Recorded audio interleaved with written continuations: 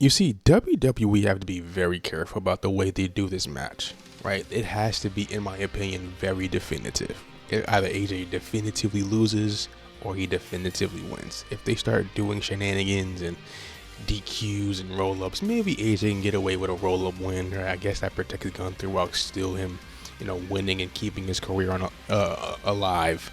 I guess that would be cool. But if Gunther wins by doing the thing he did last time against AJ, I think a lot of people, including myself, will have a very massive problem. Now, all signs are pointing to him retiring, right? You have him talking about Gunther being undefeated in non-title matches in his career. Shinsuke had a very, very strangely detailed post on Instagram that he deleted very quickly. Shinsuke isn't dumb. He might not, English might not be his first language, but he's not stupid. At least I don't think he is. And that looked way too detailed just to be a post and delete for no reason. So, and then a rumor a couple months ago, back in like November or so, October, where it was like he retires or his contract expires in February.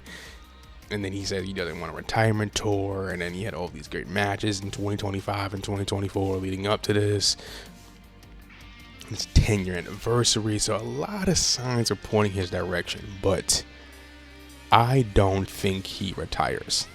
I think AJ stays for a little longer. Maybe not all year, but a little bit longer. And here's why. Reason number one. Finn calls it him the title, and he did not retaliate at all. Right? He did not fight back. He just, once the match ended in a DQ, he rolled out the ring, and that was it. We didn't see him again. We didn't see his reaction. He never talked about it. Nothing. That'd be very strange. Right? That's kind of random. Like, I understand if he was the one being attacked, but no, he just match ended the DQ, rolled out the ring. That's it. Very suspicious. And whenever WWE does something like that, there's always some form of a follow-up. Two, WrestleMania is right there. Yeah, it is a 10-year anniversary of him debuting at the Rumble. But if he's going to do a retirement match, might as well just extend it for a little bit longer. For an extra month or two just to get it to WrestleMania. Have that big WrestleMania moment that he still really hasn't had. His WrestleMania matches have been either, decently. His best match is against Shane McMahon.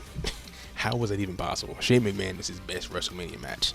So maybe WrestleMania could be his big WrestleMania moment that he's never really had, and that's the way he goes out. That'd be really cool. And just retiring, number three, retiring mid-Rumble. It's kind of weird unless it's the main event, right? Because Gunther will be in the Rumble, right? So assuming the order is women's Rumble, match, men's Rumble, it'd be really weird for one of the matches in between the two Rumbles be a retirement match. Now, if it's the main event, you can just ignore this point, right? You can just completely just ignore it because it makes sense, right? Last match of the night. But even then, Gunther's coming off the Royal Rumble. So that doesn't make sense. So it can't be the main event. So it has to be in between. So it's like, how would that work? It's a little awkward. And for, like I said earlier, all signs point to there is just a massive swerve. A massive like, whoa, he won, really? That'd be a massive swerve. That will get not only myself, but a lot of people excited. For the rest of the show. Nice way to, pick up the pace again. I think those are the reasons why he could win it, but also the reasons why he shouldn't win it. Keep it fair. Like I said earlier, I think AJ stays for a little bit longer. I think he retires at Mania or the Raw after Mania. I don't think he's going to retire at December. Like I said earlier, he doesn't really want a retirement tour. He's made it very clear, so I don't think he's retiring in like December or November or nothing like that. But I do think it's going to be like earlier in the year. I don't think he's making it to SummerSlam. I don't. Maybe the SummerSlam the latest, but at that point, so you're getting into might as well just extend it another month territory. So I do think he retires either at WrestleMania or before. I don't think he gets past it, personally speaking.